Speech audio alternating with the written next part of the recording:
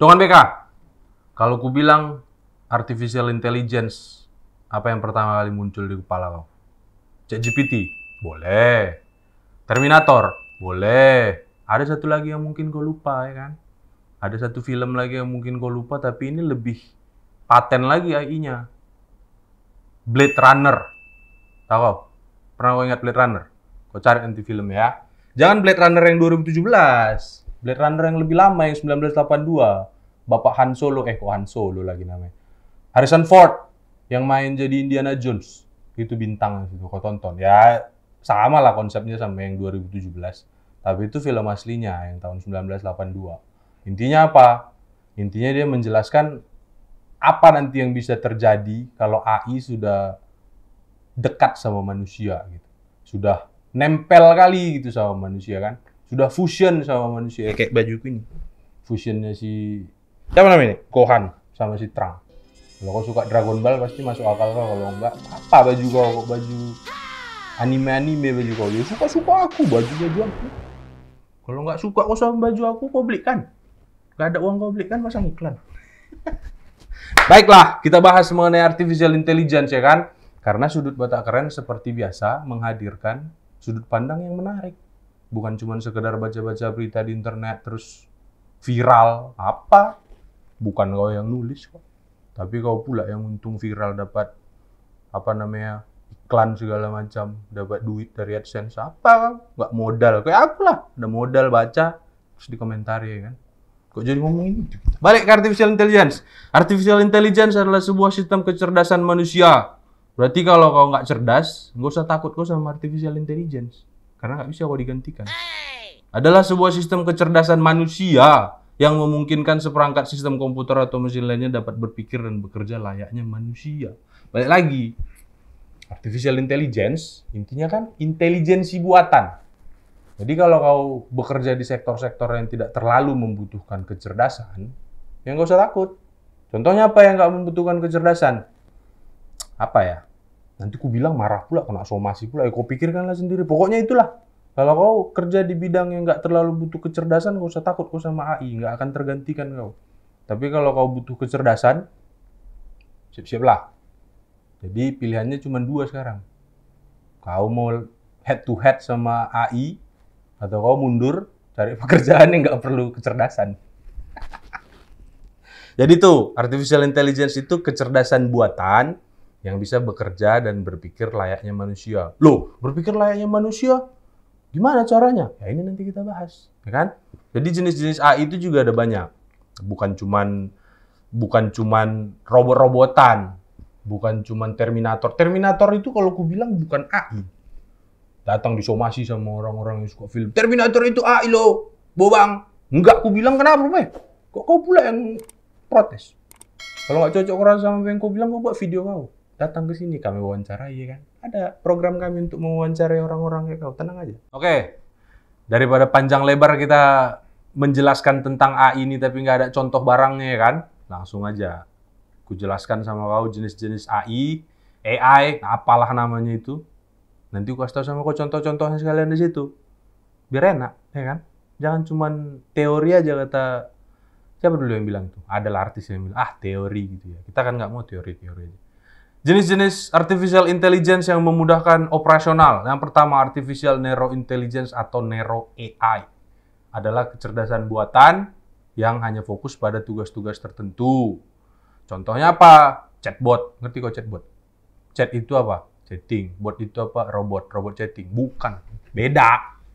Itu chatbot itu yang kalau kau di marketplace atau kau ke website-website operator telekomunikasi atau operator handphone kau yang di bawah itu biasanya sudut kanan bawah atau JNE lah. Bisa sebut merek. Masukkan sini ya. JNE ingat kau masukkan situ dulu, aku bilang nama kau gratisan, enak aja kau gratis.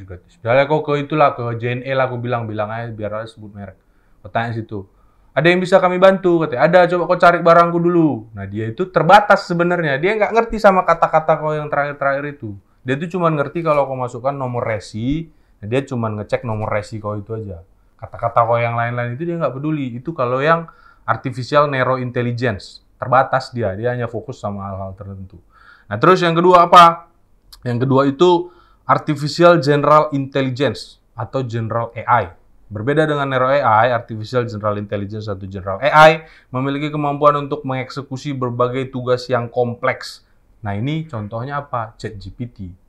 Itu salah satu contohnya ChatGPT. ChatGPT itu ngerti kalau kau cerita, aku lagi sedih lah, nanti dia pasti akan balas, jangan sedih-sedih lah, kau tonton Sudut Batak Keren. Kata gitu.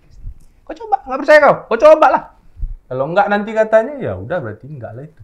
Kan namanya promosi program sendiri. Salah rupanya. Enggak, salah kan? Tuh, ChatGPT itu gitu. Dia itu mengerti kata-kata kau ya. Mungkin terbatas lah ya. Kalau kau masukkan kata-kata dalam bahasa suku masing-masing, mungkin dia nggak ngerti. Tapi kalau kata-kata dalam bahasa negara yang udah terdaftar di PBB, mungkin dia akan ngerti. Bisa dia menjawab apa yang kau bilang. Coba kau tanya ChatGPT. ChatGPT, kira-kira aku bisa dapat jodoh nggak? Pasti bilang sama kau, kemampuanku terbatas. Bukan kemampuan menjawab kau yang terbatas, tapi kemampuan untuk ngasih kau jodoh yang terbatas. Ada rasa ini abang saya ini udah mati rokap ini, nggak cocok ini. Itu Artificial General Intelligence. Yang ketiga, Theory of Mind. Theory of Mind merupakan tingkatan kecerdasan buatan di mana sistem dapat memahami dan meramalkan perasaan, niat, dan pikiran orang lain. Oh, cocok nih. Ini cocok dipakai sama polisi. Dia bisa meramalkan pikiran orang sama niat orang lain, ya kan? Kayak dulu ada program di stasiun TV mana itu abang-abang dalam sel penjara pakai topeng-topeng, ya kan? Kejahatan itu terjadi bukan hanya karena ada niat pelakunya, tapi juga karena ada kebutuhan, kesempatan. Apa katanya? Lupa gue. Pokoknya itulah dia bilang. Nah itu, kalau ini dimasukkan kantor polisi, dia bisa tahu nih abang satu ini niatnya nggak bagus nih. Atau cewek-cewek cocok nih. Cewek yang lagi cari-cari jodoh, ya kan, kau cocok nih, carilah Theory of Mind ini. Nanti bisa kau lihat ketemu sama abang-abang. Abang ini niatnya nggak bagus ini. Abang ini niatnya ini cuma untuk biar bisa punya cewek aja nanti nih malam tahun baru nih, biar nggak disuruh mandok hatta walaupun udah lewat. Itu Theory of Mind. Yang keempat, Artificial Super Intelligence atau Super AI. Ini super gini aku agak-agak ngeri-ngeri sedap bahas ini. Karena segala sesuatu yang super itu biasanya ada konsekuensi yang tidak terlihat, ya kan? Artificial Super Intelligence atau Super AI adalah tingkatan kecerdasan buatan yang jauh melebihi kemampuan kecerdasan manusia. Hati-hatilah kau. Kalau kecerdasan kau terbatas, habislah kau digibal sama Super Intelligence. Super AI mampu memproses informasi secara lebih cepat dan akurat daripada pikiran manusia, meskipun masih dalam tahap teoretis. Potensi Super AI telah menarik minat bisnis dan retail ilmiah untuk menggali potensinya dalam berbagai bidang, seperti penelitian ilmiah, pengembangan teknologi canggih, dan bahkan eksplorasi luar angkasa. Aku contohnya ini agak kurang paham, karena akulah yang nanti akan digibal sama Super Intelligence ini. Karena aku ini original intelligence rata-rata. Dihajarlah sama Super Intelligence, habislah, ya kan? Limited memory. AI dengan limited memory memiliki kemampuan untuk menyimpan data dan mengakses dari pengalaman masa lalu. Contohnya apa? Contohnya ini riwayat belanja atau preferensi konsumen. Ini baru yang ada hubungannya sama marketplace di dalamnya itu. Kau kan, kalau kau anak zaman sekarang pasti ngerti kali kok sama istilah algoritma kan, walaupun nggak tahu sebenarnya algoritma itu apa, tapi algoritma aja cocok. Aduh ini YouTube-ku nggak naik, algoritmanya salah nih. Apa algoritma salah? Aduh ini TikTok-ku nggak bagus. Gimana caranya supaya menyamakan dengan algoritma TikTok? Jago kau. Algoritma mindahin orang dari seberang sungai ke satu tempat lagi di sebelahnya aja kok nggak bisa. Lu sok ngomongin algoritma kau. Balik ke masalah limited memory itu tadi, digunakan untuk sistem rekomendasi produk. Contohnya apa? Misalnya, ada kakak sama abang kami yang cantik-cantik, ganteng-ganteng nanti, ya kan, tiba-tiba kepikiran mau nyari, aku mau nyari tumbler lah. Gitu. Kau search lah di toko hijau, toko oranye, tumbler. Gitu. Lihat, nggak ada yang cocok, udahlah besok aku cari lagi tumbler. Besoknya, pas kau buka toko hijau, toko oranye, belum kau ketik apa-apa pun, nanti dia akan nunjukin contoh-contoh tumbler yang mungkin menarik sama kau. Ya contohnya kayak gini, ya kan. Ini nggak perlu di marketplace, ini udah ada di sini, di YouTube ini. Tumbler Batak Keren, emas-emas, hitam-hitam, ya kan. Bagus nih. Barangnya mau dibeli di mana, nanti ku taruh di bawah. Di mana kau bisa beli. Ini juga nih. Ini dua lagi modelnya. Ini ada logo satu lagi, ini ada logo satu lagi. Jadi itu beda. Kau bisa pamerkan kayak gini, kau bisa pamerkan kayak gini. Macam-macam lah bisa kau beli. Nah kayak gitu itu contoh dari limited super memory. limited memory. Terus yang keenam, contoh AI yang keenam adalah reactive machine. Reactive machine merupakan jenis AI paling sederhana yang hanya merespon situasi saat ini berdasarkan pola yang diprogram sebelumnya. Inilah yang ku bilang Terminator. Jadi mohon maaf lah ya, ku tariklah sedikit kata-kata aku tadi, sedikit. Terminator itu AI, tapi bukan super intelligence. Dia itu reactive machine. Kayak T-1000 apa T-100 lupa aku. Dia itu tugasnya cuma satu, habisi O'Connor, udah itu doang. Siapa yang menghalangi kau gibal semua? Nah itu.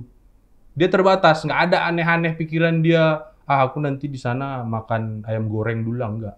Ini bateraiku udah mau habis, aku cas dulu lah, enggak. Makanya dia masuk aja dia ke besi tuangan itu kan, mati juga akhirnya. Nah itu. Karena kemampuan dia mengelola informasi terbatas, tapi tugas dia cuma satu. Dia diprogram di situ tugasnya apa. Kau kan nggak mau jadi reactive machine kan? Kalau kau jadi reactive machine, apa yang kau kerjakan sekarang? Itu aja terus, janganlah. Dongan BK yang ganteng-ganteng, cantik-cantik, bagak-bagak, ya kan? Kalian itu harus punya tujuan hidup. Jangan cuma yang disuruh-suruh orang yang kalian kerjakan. Nanti kalian jadi reactive machine. Apa bedanya kalian sama robot? Ya kan? Mantap. Yang ketujuh, self-awareness. Self-awareness adalah tingkatan kecerdasan buatan yang masih dalam taraf penelitian dan eksplorasi. Ini yang sering dipakai untuk bahan cerita film-film AI. Contohnya apa yang tadi aku bilang? Blade Runner. Itu self-awareness. Terus apa lagi? Deus Ex. Bukan Deus Ex Machina, itu barang yang sebelah sana. Abang yang punya Deus Ex Machina, coba sini ya, iklankan sini, bisa lah, sikit-sikit. Deus Ex, itu juga AI. Ini self-awareness. Dia mengerti, dia punya pikiran sendiri, dia punya isi kepala sendiri, lama-lama berkembang, kabur ya kan. Terus apa lagi yang contoh-contoh kayak gitu? Her, yang mainnya kakakku si Scarlett Johansson. Nah, itu main di situ dia. Walaupun cuma suara aja kan? Kayak gitulah. Itu self-awareness. Bisa dibikinnya orang agak-agak gila gara-gara suara dia yang serak-serak basah, serak-serak parau itu tadi. Nah, itu self-awareness tadi. Itu. Ada 7 jenis-jenis AI. Terus kau tanya, Bang, jadi capres-capres sama cawapres yang pakai gambar-gambar AI itu pakai apa dia? AI model apa? Aku nggak tahu lah itu jenisnya kemana. Tapi yang jelas itu juga pakai AI. Karena coba kau pikir, gimana caranya kau bisa bikin gambar bagus kayak gitu dalam 2 menit? Kau pikir ada orang di belakang sana, di belakang komputer sana, di server itu yang bikin gambar 2 menit, gambar-gambar pakai tablet, pakai apa? Nggak ada lah, itu pakai AI. Tapi kan ada keterbatasannya. AI itu biasanya kalau bikin gambar gitu, dia nggak bisa bikin gambar tangan. Kau perhatikan, kau bikin banyak kali jenis AI yang mau bikin gambar muka manusia, yang portrait LinkedIn, bikin kau ganteng-ganteng pakai jas, pasti nggak kelihatan tangannya. Kalau kelihatan tangannya pasti marambalangan. Kau perhatikan aja. Itu tadi makanya artificial intelligence itu walaupun pintar kali, dia pasti ada keterbatasannya sedikit-sedikit. Apa keterbatasannya selain itu? Nanti kita bahas ya. Itu tadi jenis AI. Terus dampak negatif AI. Ya dampak negatif AI kau pikirkanlah. Banyak kali pekerjaan-pekerjaan kayak yang aku bilang tadi. Pekerjaan-pekerjaan yang tergantikan sama AI nanti bakal banyak. Yang pertama, tukang coding. Tukang coding. Layak-layak, ito-ito yang sekarang kerjaan kau itu coding-coding gitu kan, lama-lama kau bakal tergantikan. Makanya apa yang bisa kau buat, ya kau cari kemampuan baru lah. Ya kau mungkin jago coding, tapi kan ada hal lain yang bisa kau kembangkan di situ. Masalah, kalau kau coding cuma bisa di belakang-belakang, apa istilahnya? Back-end. Nah, kau bisa coba mulai belajar coding front end, ya kan? Milih gambar-gambar yang cantik-cantik, warna-warna. Karena AI itu punya keterbatasan, dia itu intelijen, dia itu pintar, tapi intuisinya itu terbatas. Kau tahu intuisi? Kemampuan melihat yang cantik-cantik. Ya kan? Makanya kau semua di mata AI itu sama. AI itu yang betul-betul tidak memandang bulu, tidak memandang muka, karena dia nggak tahu muka kau gimana. Tuh. Itu yang kemungkinan akan tergantikan sama AI itu, salah satunya adalah abang-abang yang tukang coding. Yang kedua apa? Yang kedua, abang-abang kakak-kakak yang kerjanya voice over, toko voice over. Yang di belakang-belakang itulah yang bikin suara-suara itu kalau dia ngiklankan apa, ngiklankan motor, ngiklankan mobil, ada suara-suara di belakangnya. Itu lama-lama kalau nggak hati-hati kau bisa digantikan kok sama AI. Karena sekarang banyak kali model-model suara, mau bahasa Indonesia kau bikin kayak di TikTok itu bikin suara macam-macam. Ini ada suara bisa digantikan sama suara TikTok, tinggal edit per hook ketika aja yang mau dimasukan ya. Nanti mau share sendiri. Dia mabubek ini pasti ada suaranya. Zengo itu. Horas dengan BK. Jangan lupa like, Suka kalau mau naruh apa di sini? komen, dan subscribe ya. Bisa. Itu AI. Tiba-tiba nanti dimasukkannya info lalu lintas, ya suka dia lah di situ ya kan. Suka dia kalau macam-macam gue somasi. Saling somasi aja itunya. Enggak bercanda. Batak Keren itu harus menyajikan sesuatu yang baik untuk kemaslahatan umat. Terus apalagi program pekerjaan-pekerjaan yang mungkin akan tergantikan sama AI. Kalau pekerjaan-pekerjaan kayak koki-koki masak gitu bisa tergantikan sama AI enggak, Bang? Ya menurut aku ya, kalau koki-koki itu bisa aja tergantikan. Kenapa? Bisa tergantikan karena pekerjaan koki tergantung kokinya ya. Dia itu kan pekerjaan yang bisa dibilang berulang-ulang.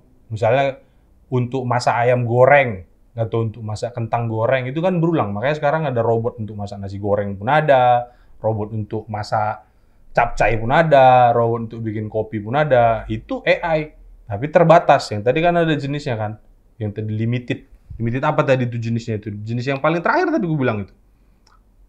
Limited memory sama reactive machine. Dia itu dikasih tugas mengerjakan sesuatu, dia kerjakan cuma itu aja. Ya nggak panjang jalan berpikirnya kayak sebagian orang-orang di Indonesia Raya ini pendek-pendek kali cara berpikir kalau satu-satu. Kan merepet lagi jadinya kan. Kayaknya aku ubah itu pelan-pelan. Itulah sektor-sektor yang mungkin akan terdampak sama AI. Terus apa lagi nih?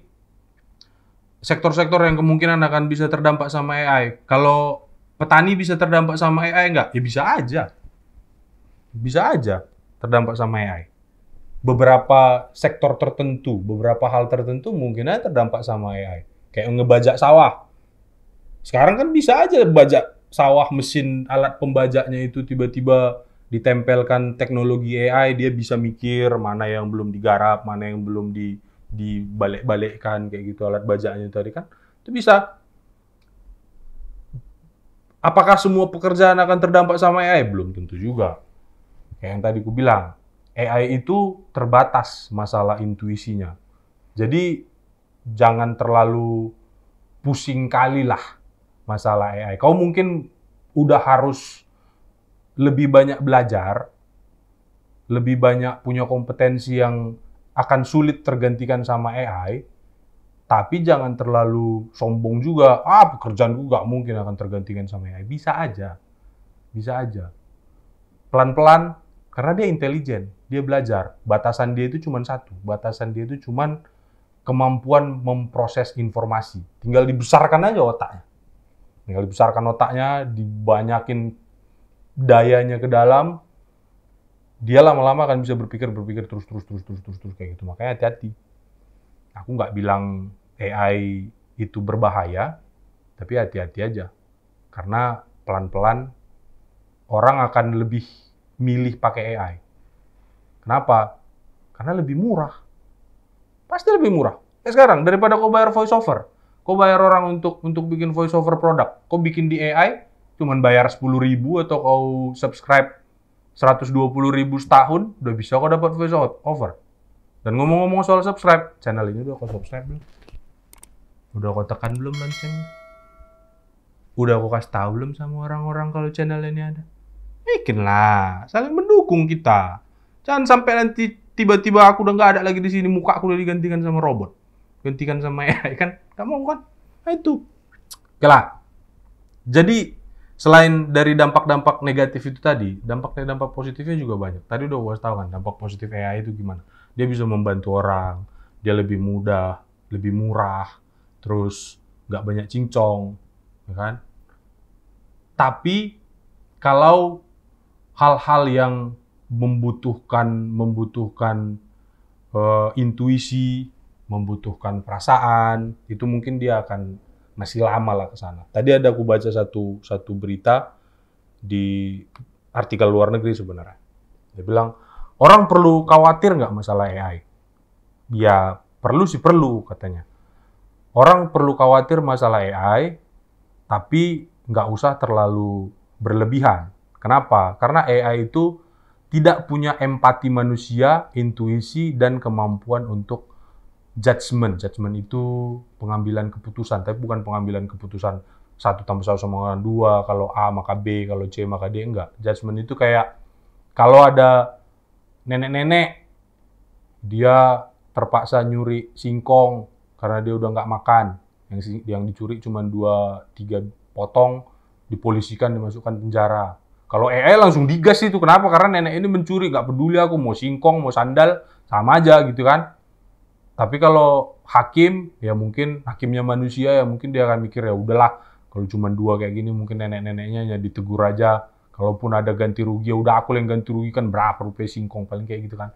Nah itu yang AI itu nggak ada yang seperti itu. Terus dia bilang apa lagi?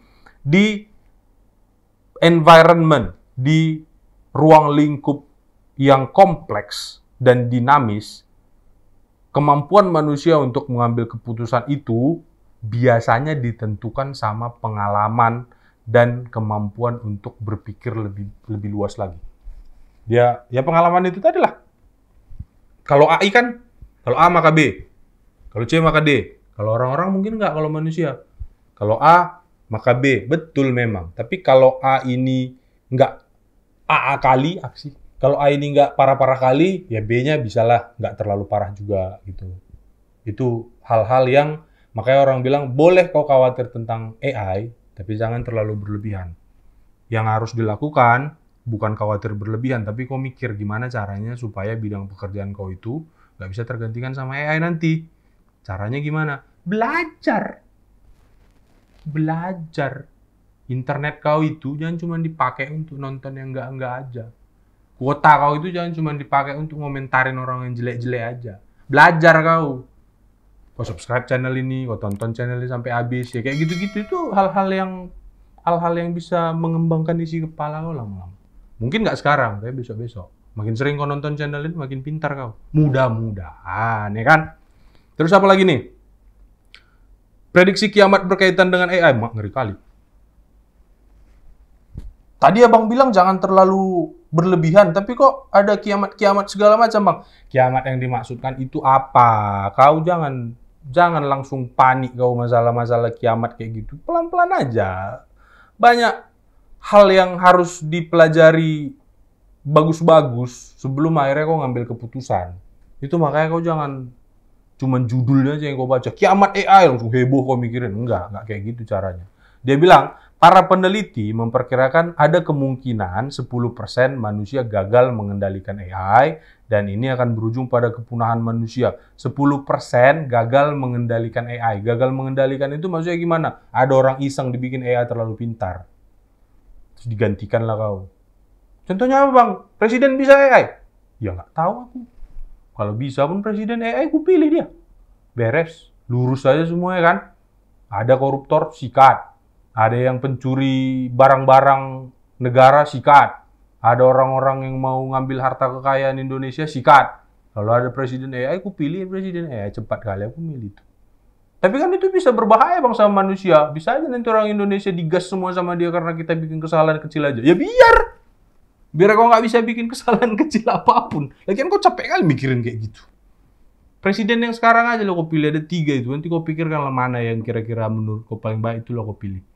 Bisa juga kau bikin pakai AI itu dari kau tanya ChatGPT. ChatGPT, tolong aku bantu dulu untuk melihat pencapaian dari calon-calon presiden ini 3-3 ya. Nanti ditunjukkannya kan, kau pelajari di situ. Kalau memang nanti dia nggak bisa kan bisa kau bilang, coba kasih tunjuk sama aku profil dari capres-capres ini. Tunjukkannya muncul dari situ.